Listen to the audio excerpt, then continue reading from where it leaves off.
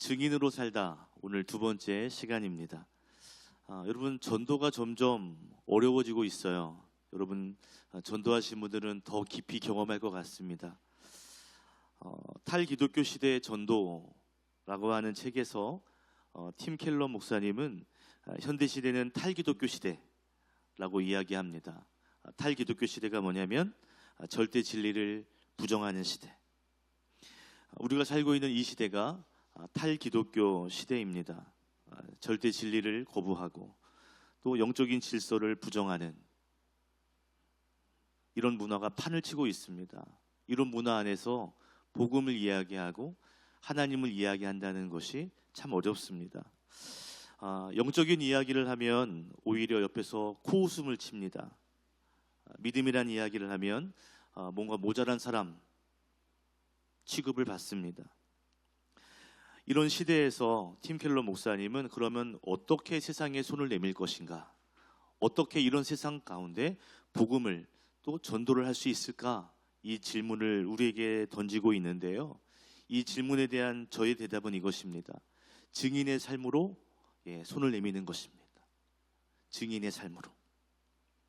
증인의 삶을 보여주는 것이 세상에 손을 내미는 방법이라는 것이죠. 오늘날 교회에서 먹을 것 준다고 교회 나오는 시대가 아니죠. 예전에는 그랬습니다. 예전에는 먹을 것 주면은 맛있는 거 준다 그러면 교회 오곤 했거든요. 예전에는 좋은 선물 준다고 홍보하면 교회에 모였습니다. 이제는 아니죠. 그렇다면 이런 탈기독교 시대 우리가 어떻게 복음을 전해야 될까? 그것은 예수님을 제대로 보여주는 또 예수님을 제대로 믿는 그런 삶을 우리가 보여줘야 한다는 것이죠. 여러분 삶을 보여준다는 것은요, 내 삶에서 무엇이 가장 가치 있는 것인지를 보여주는 것입니다. 내가 무엇을 중요하게 여기는가를 보여주는 거예요. 삶을 보여준다는 것은 내가 어떻게 살아가는가를 보여주는 것이죠. 삶의 태도를 보여주는 것입니다. 저는 그리스도인으로서 저와 여러분이 믿음의 삶을 보여주는 그런 증인의 삶 사시기를 주님의 이름으로 축복합니다. 옆에 계신 분과 인사합시다. 우리 증인으로 삽시다. 시작. 증인으로 삽시다. 아멘. 증인으로 삽시다. 증인으로 살다 오늘 두 번째 시간입니다. 오늘 말씀의 제목이 저에게는 은혜가 되는데요. 말씀의 제목이 뭐죠? 모두 큰 은혜를 받았다. 모두 큰 은혜를 받았다. 특별히 부활의 예수님을 먼저 경험한 사도들이 사람들에게 예수님을 부활을 그랬더니 모든 사람들이 다 은혜를 받았다라는 겁니다. 감동을 받았고 영적인 충격을 받았다는 것이죠. 33절에 보면 사도들은 큰 능력으로 주 예수의 부활을 증언하였고 사람들은 모두 큰 은혜를 받았다라고 말하고 있어요. 사도들이 예수님의 부활을 이야기합니다. 그랬더니 사람들이 받아서 은혜를 받았다는 거예요. 여러분 생각해 보세요. 사람이 죽었다가 살아났대요. 부활했대요. 여러분 쉽게 믿어지는 이야기가 아니거든요. 왜냐하면 세상의 논리로 이성으로 어떻게 부활이 가능합니까? 그런데 부활을 이야기하는데 모든 사람들이 그 말을 듣고 은혜를 받았다는 거죠. 아마도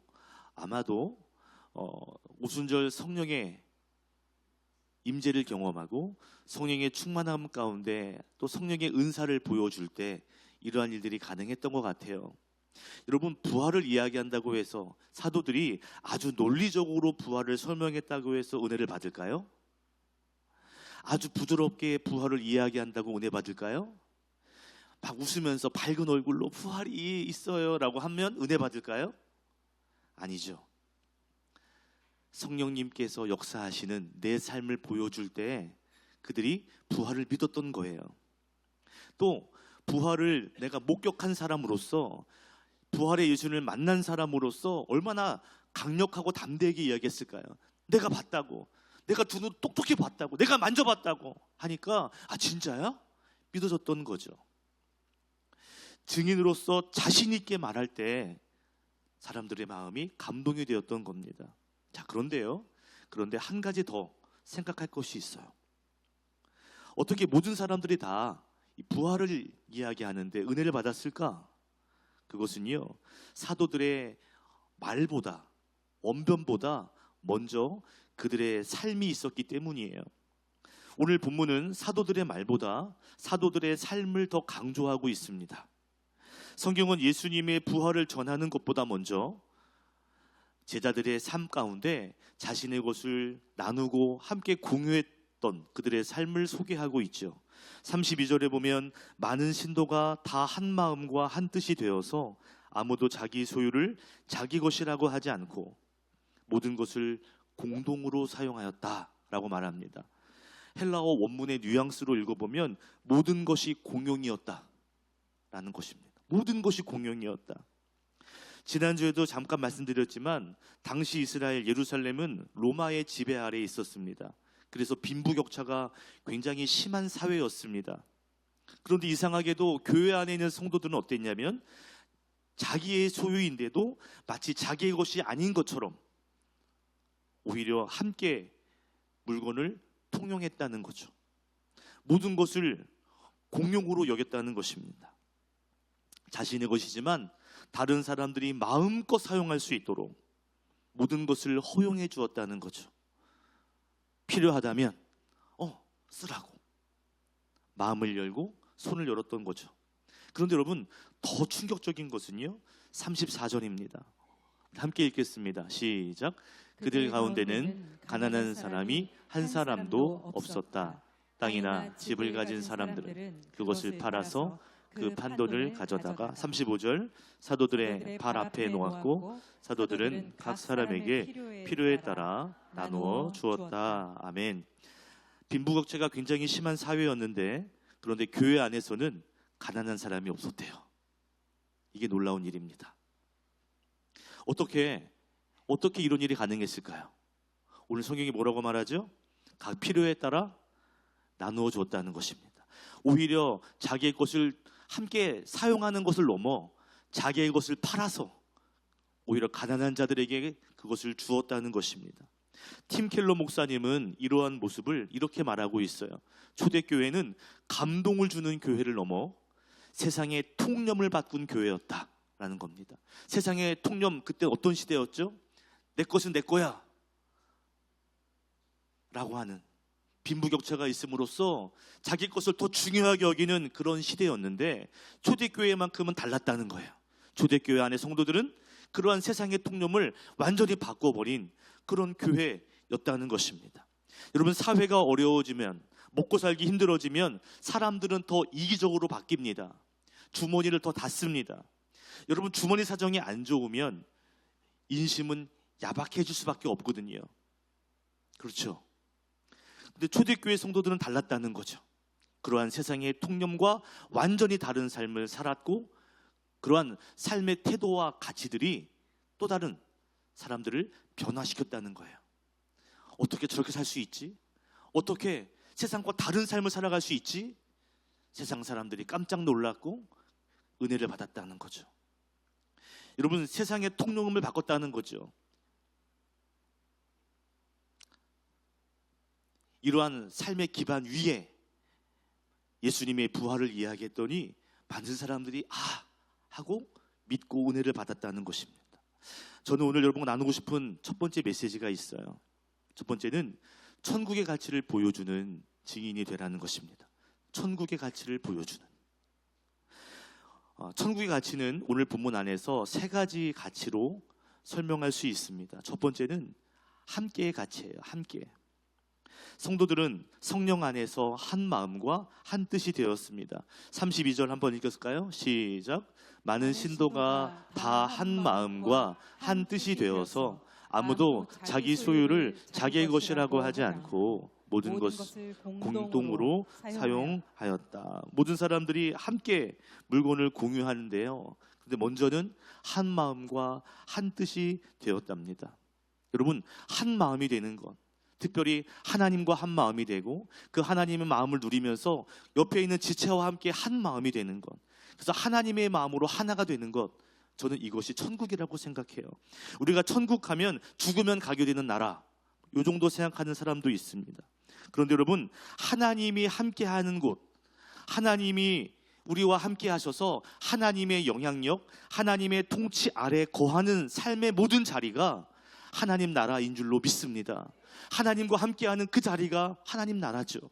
하나님이 우리와 함께 계심을 우리가 느낄 수 있는 그 자리가, 그것이 교회든 교회 밖이든 하나님 나라입니다. 하나님과 연결된 삶을 살고 그 하나님과 연결됨이 또 다른 지체에게 이어지는 그 공동체성이 바로 하나님 나라 천국입니다. 천국의 가치는 뭐죠?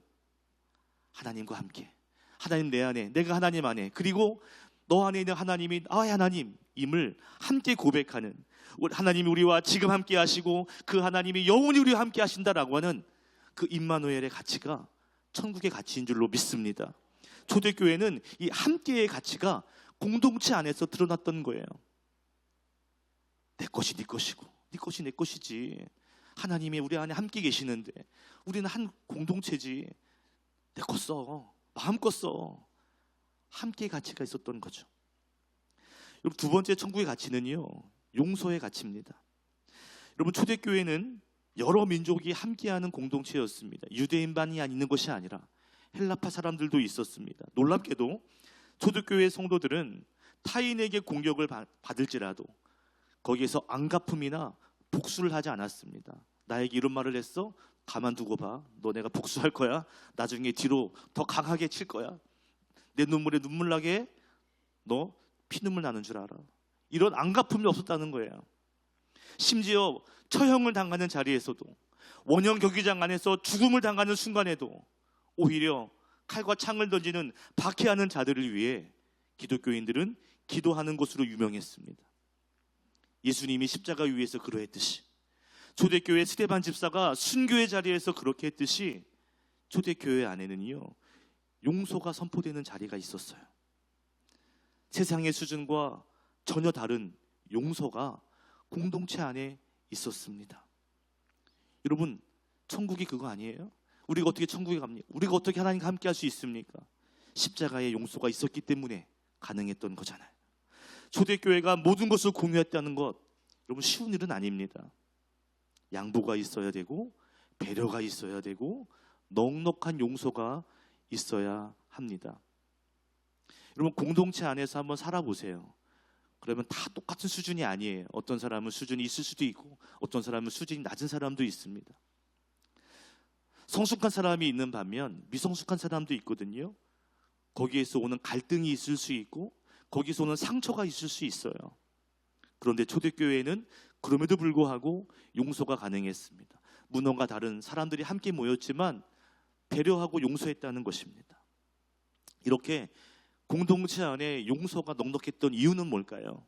그것은 다른 뺨까지도 돌려대라고 하는 예수님의 가르침에 성도들이 순종했기 때문이죠. 로마인에게도, 헬라인에게도, 사마리아인에게도 용서할 수 있는 마음, 그것이 천국의 가치인 줄 믿습니다. 세 번째 천국의 가치는 섬김의 가치입니다. 섬김은 헌신이기도 하지요. 초대교회는 가난한 사람이 없도록 모든 사람이 섬기고 헌신했습니다. 마치 선한 사마리아인의 비유처럼 초대교회는 어려움 당한 성도들을 돌보아 주었습니다. 가난한 사람에게 먼저 다가갔습니다. 사람들의 필요에 따라 자기의 것을 팔아서라도 나눠줬습니다. 이것을 구제 사역이라고도 말하는데요. 어려운 사람들을 돕는 사역들을 초대교회는 열심히 감당하는 거죠. 섬김의 가치요. 탈기독교 시대, 우리가 어떻게 세상 사람들에게 손을 내밀어야 할까요? 섬김과 헌신을 통해 감동을 주어야 할 줄로 믿습니다. 천국의 가치를 가지고 세상을 감동시켜야 하죠. 천국의 가치로 세상의 생각과 통념을 전복시켜야 합니다. 완전히 뒤집어야 한다는 것입니다. 아, 교회는 다르구나. 예수 믿는 사람들은 정말 다르구나 하는 것을 보여주어야 해요. 여러분, 예수 믿는 사람이 정말 다르다는 것, 천국의 가치를 가진 사람이 정말 다르다는 것을 보여주는 성경 인물이 오늘 등장하죠. 여러분 잘 아시는 바나바입니다. 바나바는 제가 너무 좋아하는 성경 인물이라고 그랬잖아요. 그죠? 바나바 하면 우리 목사님이 좋아하는 사람인데 좀 생각 좀 해주세요. 여러분, 근데 바나바의 원래 이름은 뭐예요? 요셉이에요. 36절 읽겠습니다. 시작. 키프로스 태생으로 레위 사람이요 사도들에게서 바나바 곧 위로의 아들이라는 뜻의 별명을 받은 요셉이 잘 보면 바나바는 이름이 아니에요. 사도들이 붙여준 별명입니다. 그런데 요셉이라고 하는 본명보다 바나바라고 하는 위로의 아들이라고 하는 별명이 더 많이 사용되었습니다. 여러분, 바나바는 키프로스 태생이래요. 옛날 성경에는 구보로라고 하는 섬입니다. 그 섬 출신의 레위인이에요. 레위인은 성전 주변에서 예배를 돕는 사람들인데, 그런데 키프로스라고 하는 섬에서 태어났어요. 그러니까 어떻게 보면 디아스포라 레위인입니다. 그런데 어디 출신이냐 상관없이 얼마나 위로를 잘하고 얼마나 격려를 잘하는지 사람들이 뭐라고 불렀다고요? 위로의 아들, 격려의 아들이라고 불렀다는 것입니다. 요셉이라는 이름보다 바나바가 마치 이름처럼 쓰일 정도로 그의 삶에는 위로와 격려가 있었습니다. 무슨 말일까요? 천국의 가치를 보여주는 바나바였습니다. 천국으로 하나님 나라의 가치를 가지고 위로하고 격려해 주었던 사람. 천국의 가치를 보여주는, 천국의 가치로 위로할 수 있는 바나바와 같은 성도가 되시기를 주님의 이름으로 축복합니다. 두 번째로 나누고 싶은 메시지가 있는데요. 한번 따라합시다. 공손한 태도를 보여주는 증인이 되라. 공손한 태도를 보여주는 증인이 되라. 예수님과 그리고 복음을 경험한 사람들은 절대로 무례한 태도를 하지 말아야 합니다. 무례한 태도는 절대 금물입니다. 하나님은 사랑이시고 하나님은 인격적인 분이십니다. 나는 온유하고 겸손하다라고 말씀하신 예수님이 내 안에 영접되었다면, 내 안에 역사하신다면, 그리고 하나님과 원수되었던 나를 사랑하셔서 그래서 십자가로 나를 용서하신 그 하나님, 그 복음이 우리 안에 있다면 우리는 당연히 공손함이 나와야 합니다. 내 안에 무엇이 있느냐에 따라서 그 안에 있는 것들이 표출되기 마련이거든요. 내 안에 온유하신 예수님, 용서하시는 하나님의 사랑이 우리 안에 거한다면 우리는 당연히 공손해야죠. 그렇다면 여러분, 공손한 태도가 뭘까요? 탈기독교 시대 전도라고 하는 책에서 공손함의 태도를 3가지로 소개하고 있습니다. 저는 의미가 있다고 봐요. 첫 번째는 인내하는 모습이에요. 인내하는 모습. 어떤 상황에서도 인내하는 것이, 이것이 그리스도인의 공손이라는 것입니다. 죽음 앞에서까지도 인내하는. 두 번째는 관용하는 모습이에요. 관용은, 여기서 말하는 관용이란 비판을 하지 않는 거예요. 비판을 삼가하는 것입니다. 보이는 게 있죠. 비판할 것들이 있죠. 지적할 것들이 있죠. 그러나 하지 않는 거예요. 이것이 공손입니다. 이렇게 하면 좋아질 것 같고, 이거 지적하면 잘 될 것 같지만 그걸 하지 않는 거예요. 이게 공손입니다. 세 번째는 자기의 의를 부인하는 것입니다. 이 바나바는 성도의 공손을 보여주었어요. 여러분 보세요. 바나바가 자기의 재산, 자기의 밭을 팔아서 사도들의 발 아래 두었습니다. 무슨 말이죠? 내 돈으로, 내 것으로 팔아서 내가 그것을 가지고 여러 가지를 할 수 있거든요. 이미 바나바는 유명한 사람이에요. 이미 바나바 하면 위로의 사람으로 알려진 사람이에요. 그런데 자기의 힘으로 하기보다는 사도들에게 그것을 맡겼어요. 사도들 앞에 두었습니다. 이건 단순한 예의를 말하는 것이 아니라 영적인 질서를 존중하는 그런 공손함을 표현하는 것입니다. 여러분, 공손함의 반대가 뭔지 아세요? 공손함의 반대는 내 욕구의 소리를 나타내는 것입니다. 내가 이렇게 생각하는데, 내가 보기엔 이런 것 같은데 라고 하는 내 관점, 내 요구와 욕구를 표현하는 것이 공손의 반대말이라는 거예요. 만약에 여러분 아주 차분한 말투로, 아주 부드러운 말투로 내 불만, 내 욕구를 그 사람에게 전달한다면 그건 공손이 아닙니다. 공손을 가장한 것이지 공손이 아니에요. 공손은요, 관용해주고 자기 의를 부인하는 것입니다. 바나바는 자신의 욕구가 아닌 먼저 이웃의 필요를 살피고 그리고 사람들의 아픔을 위로했습니다. 자기의 의를 드러내지 않고 하나님을 드러냈던 사람이에요. 그러니까 위로가 되는 거예요. 할 말 다 하고 할 거 다 지적하면 위로가 되나요? 위로되지 않아요. 위로는 거친 태도로 전해지지 않습니다. 아무리 좋은 메시지라도 거칠게 말하면 위로가 되지 않아요. 아무리 좋은 메시지라도 무례한 말로 하면 여러분 위로되지 않습니다. 비파적인 자세와 관점으로 말한다는 것도 위로가 되지 않아요. 바나바는 공손함으로 위로를 전했던 사람이죠. 그의 말에는 공손함이 있었고, 그의 태도에는 공손함이 있었고, 그의 나눔에는 공손함이 있었고, 그의 관계 안에는 공손함이 있었습니다. 어떻게 바나바가 이렇게 공손하게 위로를 전하는 사람이 될 수 있었을까? 먼저 그가 은혜를 받았기 때문이죠. 성령의 은혜를 받았기 때문에. 그러니까 이런 거예요. 은혜는 태도를 바꾸고 그 태도는 다시 복음을 드러나게 하는 것입니다. 하나님의 은혜가 내 안에 들어오면 내 태도가 바뀌고 내 태도는 다시 복음으로 전달하는 놀라운 도구가 되는 것이죠. 초대교회는 성령의 은혜를 받았습니다. 그리고 그 은혜가 성도들의 삶에서의 가치를 바꾸었고 성도들의 태도를 바꾸었던 거예요. 여러분, 저와 여러분 안에 성령 충만함을 더하셔서 그래서 증인의 가치와 태도를, 성도의 진짜 삶을 보여주는 여러분이 될 수 있기를 바랍니다. 진짜 성도, 성도구나, 그리스도인이구나 라는 걸 보여줄 때 그게 전도가 되는 거예요. 교회 한번 가자, 교회 좋아, 목사님 좋아, 그건 전도가 아니에요. 어떻게 하면 우리가 복음을 전할 수 있을까? 메시지도 중요하죠. 예수님을 전하는 부활의 메시지도 중요하지만, 천국의 가치를 전하는 것도 중요하지만 공손한 태도가 없이는 되지 않습니다. 여러분, 어떻게 오늘 설교를 마무리하면 좋을까 고민하다가 오늘 카페 소스페소라고 하는 이야기로 좀 마무리를 해볼까 해요. 혹시 들어보셨어요? 카페 소스페소. 직역하면 미리 사둔 커피 또는 보류 커피라고 말할 수 있습니다.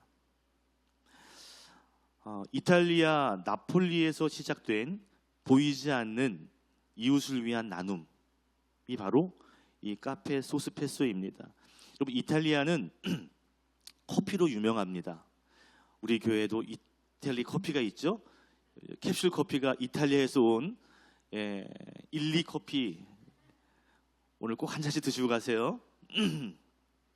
그런데 이 나폴리에서 어떻게 했냐면요, 이제 커피를 마시러 가잖아요. 이탈리아는 대부분 다 에스프레소를 마십니다. 에스프레소 아시죠? 이렇게 작은 잔에 들어있는 에스프레소를 마시거든요. 그런데 에스프레소 시킬 때 2잔을 시킨다는 거예요. 샷 추가가 아니고요. 2잔을 시켜서 한 잔은 자기가 마시고 한 잔은 보류, 킵하는 겁니다. 그러면 남은 한 잔은 아까 말씀 소스페소, 보류가 되는 거죠.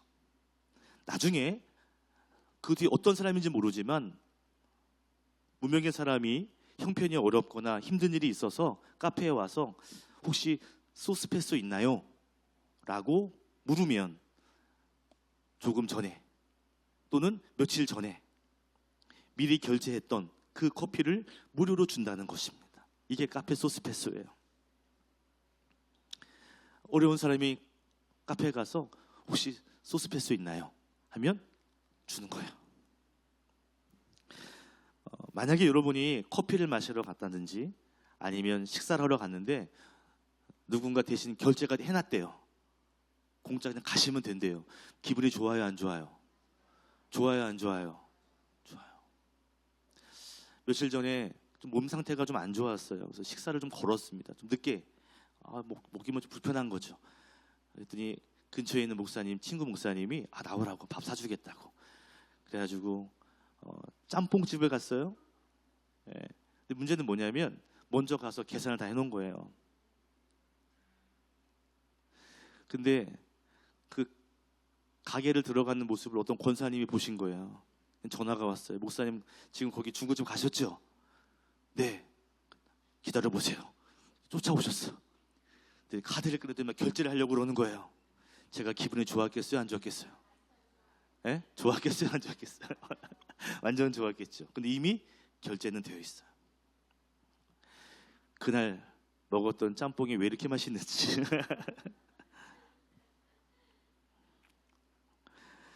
내 뒤에 누가 와서 커피를 마실지는 전혀 알 수 없어요. 그런데 그 커피 한 잔이 그 다음 사람의 기분을 너무 좋게 만드는 것입니다. 지금도 이탈리아에서는 카페 소스페소가 이어지고 있다고 합니다.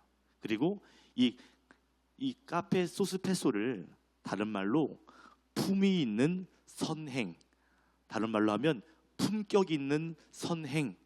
왜냐하면 누군지 모르고 주는 거니까요. 그렇게 부른다고 합니다. 품격 있는 선행. 전 이 소스페소 이야기를 묵상하다가 이런 생각이 듭니다. 성도도 품위가 있으면 좋겠다. 예수 믿는 우리가 좀 품격 있으면 좋겠다. 믿지 않는 사람들도 커피 한 잔 가지고 품격 있게 행동하는데 가장 귀한 복음을 가진 우리들이 얼마나 품격 있게 살아야 될까? 얼마나 품위 있는 삶을 살아야 되는가? 이런 생각이 들었습니다. 여러분, 커피 한 잔 더 사주라는 이야기가 아니에요. 밥 한 번 더 사주라는 이야기가 아닙니다. 정말 성도로서의 품격, 예수님의 제자로서의 품위가 드러나는 그런 증인의 모습이 우리에게 필요하다는 것이죠. 여러분, 그렇게 되기를 축복합니다. 천국의 가치를 보여주는 증인으로, 공손한 태도를 보여주는 십자가의 증인으로 이 어려운 시대에 복음을 전할 수 있는 복음의 통로가 되는 저와 여러분 되기를 주님의 이름으로 축복합니다. 여러분을 통해 주변의 사람들이 모두 다 큰 은혜를 받기를 주님의 이름으로 축복합니다. 아멘. 기도하겠습니다.